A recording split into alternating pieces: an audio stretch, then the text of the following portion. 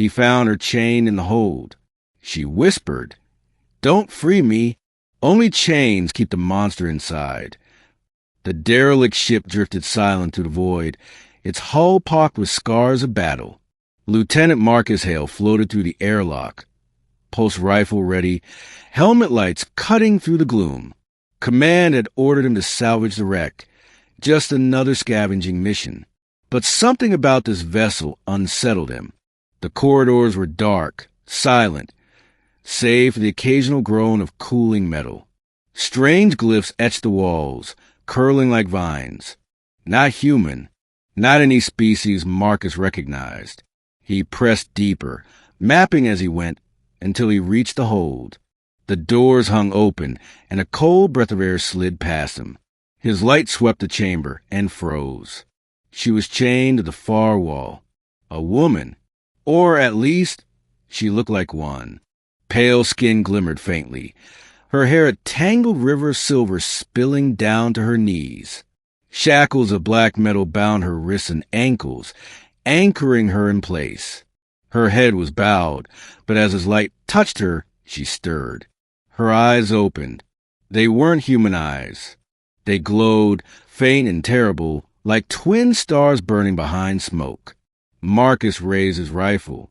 "Identify yourself." Her voice was a whisper, cracked and fragile. "Don't free me." He blinked. "What?" Her gaze lifted to meet his, and the weight of it nearly drove him back a step. "The chains," she breathed. "They hold back the monster.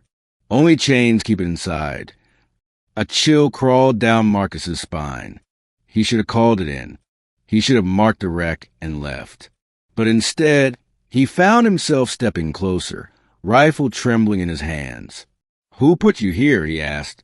She laughed softly, a sound like glass breaking. "My people, long ago, when they realized what I was." "And what's that?" Her lips curved in a sad smile. "A weapon, a curse, both." Marcus swallowed. His orders were salvage, not interrogation. But leaving someone chained like this, it scraped against everything human in him. "You'll die out here," he said. "Better me than the galaxy," she whispered. "Please, human, go. Forget you saw me." But Marcus didn't leave. Something about her voice haunted him, the loneliness in it. He found himself returning to the hold again and again over the next hours, even as his comm's officer barked at him to finish the sweep. He brought her water. She sipped it carefully, as though savoring every drop. He asked her name. She hesitated, then said, "Lyris." The name hung in the air like a secret. "Why are you warning me?" Marcus asked one visit. "If you're so dangerous, why not let me free you and see what happens?" Her silver hair stirred in the stale air. "Because you looked at me, human, and you didn't turn away.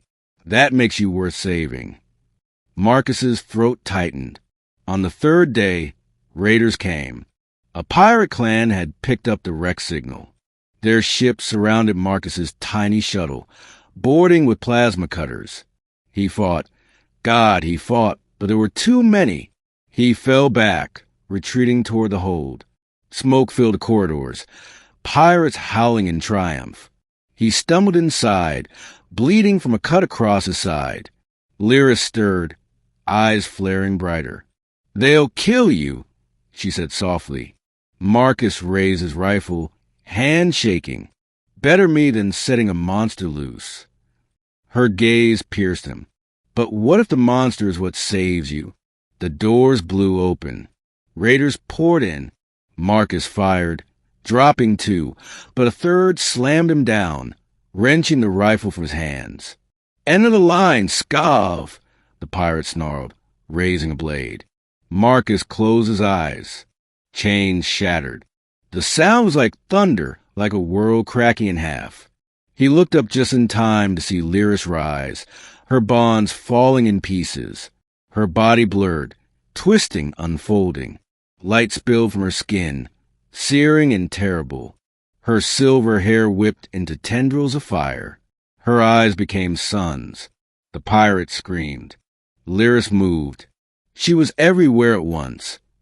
Claws of light tearing through armor, wings of flame erupting from her back, a roar shaking the ship to its bones. Raiders burned, their weapons melting in their hands. Marcus staggered to his feet, frozen between awe and terror. When it was over, the hold was a charnel house. Smoke curled from scorched metal. Bodies lay in ruin. And Lyra stood at the center, breathing hard, her monstrous form still blazing. Slowly, she turned toward him. Her voice was no longer fragile. It was thunder and fire and sorrow. I told you. Only chains keep the monster inside. Marcus lifted his chin, heart pounding. You saved me. Her flames flickered. And doomed myself. Now you have seen what I am. Do you fear me? He hesitated. Every instinct screamed to run, to fear, to call her what she called herself. But instead he stepped closer, bloodied and shaking. You're not a monster. Her eyes widened. You had every chance to kill me, Marcus said. You didn't. You warned me. You cared. Monsters don't do that. Her fire dimmed, form shrinking, folding back on itself. In moments she was a woman again, silver hair tangled, eyes wet with something like disbelief. No one has ever said that to me, she whispered. Marcus sank to his knees, exhaustion dragging him down. Guess I'm not like everyone else. Lyris knelt beside him, her hand trembling as it brushed his shoulder. No, she said softly. You are human, and that makes you different. Rescue arrived hours later. Marcus's unit found the wreck half collapsed, the pirates obliterated. They found Marcus unconscious, and beside him, a pale woman with silver hair.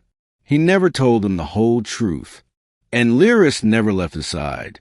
Weeks later, when Marcus woke in a med bay, she was there, watching him, quiet, her eyes still carrying that endless sadness. You should have feared me, she murmured. He shook his head weakly. Too late for that. You're stuck with me now. And for the first time since he had met her, Lyris smiled.